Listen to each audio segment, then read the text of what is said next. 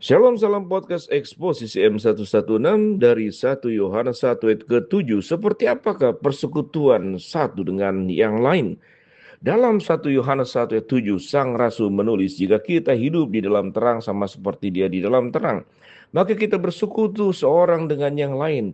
Dan darah Yesus anaknya itu menyucikan kita dari semua dosa. Persekutuan sejati didasarkan pada berjalan di dalam terang Kristus. Ketika kita berjalan di dalam terangnya, kebenaran dan kekudusannya, kita bersekutu dengan orang percaya lainnya. Kata yang diterjemahkan persekutuan dalam 1 Yohanes 1 ayat 7 adalah koinonia yang muncul sekitar 20 kali dalam perjanjian baru. Ini adalah persekutuan, tetapi lebih daripada itu. Itu adalah persekutuan yang didasarkan pada pembagian bersama. Koinonia adalah ide untuk berbagi dalam berkat-berkat rohani, saling mendukung dan kemitraan aktif dalam iman, strong lexicon. Ketika kita memiliki jenis persekutuan, ini satu sama lain kita bersatu dalam tujuan saat kita melayani Tuhan bersama-sama. Memiliki persekutuan satu sama lain mengharuskan kita untuk menjadi autentik dan transparan. Rumah tangga Allah tidak memiliki ruang untuk kebohongan, tipu daya, kemunafikan atau dosa yang tidak diakui. 1 Yohanes 1 yang ke-6 menyatakan, jika kita berkata bahwa kita beroleh persekutuan dengan Dia, tetapi kita hidup dalam kegelapan, kita berdusta, dan kita tidak melakukan kebenaran. Persekutuan Kristen tumbuh subur di tempat-tempat di mana orang percaya jujur tentang dosa, pergumulan, dan kelemahan mereka. Daripada menyembunyikan hal-hal itu dari satu sama yang lain dan takut atau malu, kita harus saling mengaku dosa kita, saling mendoakan kita supaya kita sembuh. Yakobus 5:16, mengaku dosa kepada satu sama lain memungkinkan terang Allah untuk menyingkapkan kita dan menyembuhkan kehancuran kita. Akuntabilitas dan dorongan bersama sangat penting untuk bersekutu satu dengan yang lain.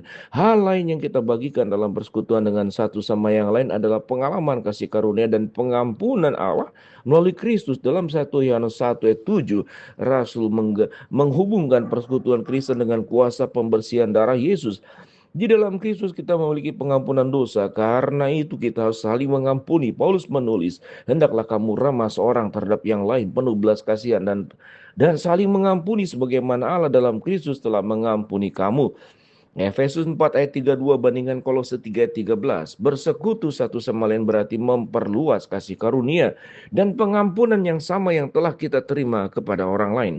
Bersekutu dengan satu sama yang lain ini menghasilkan penggenapan perintah satu sama lain dalam Alkitab. Mereka yang mengalami koinonia sejati, berbakti satu sama lain. Roma 12 ayat yang ke-10. Saling menghormati, Roma 12 ayat yang ke-10. Hidup rukun satu sama yang lain, Roma 12 ayat ke-16. Saling menerima, Roma 15 ayat 7. Saling melayani dalam kasih, Galatia 5:13. Mereka baik hati, penuh belas kasihan satu sama lain, Efesus 4 ayat 32. Mereka saling menasehati, Kolose 3 ayat 16. Mereka saling menguatkan, 1 Tesalonika 5 ayat 11. Dan saling memacu dalam kasih dan perbuatan baik, Ibrani 10 ayat 24.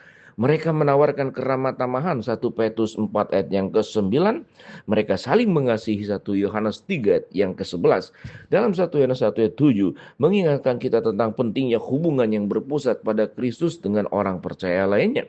Saat kita bersekutu dengan Roh, kita berjalan dalam terang kebenaran, kita bersikap transparan, kita mengulurkan kasih karunia dan pengampunan, dan kita mempraktekkan kasih yang rela berkorban. Persekutuan adalah ekspresi penting tentang apa artinya hidup sebagai tubuh Kristus. Shalom.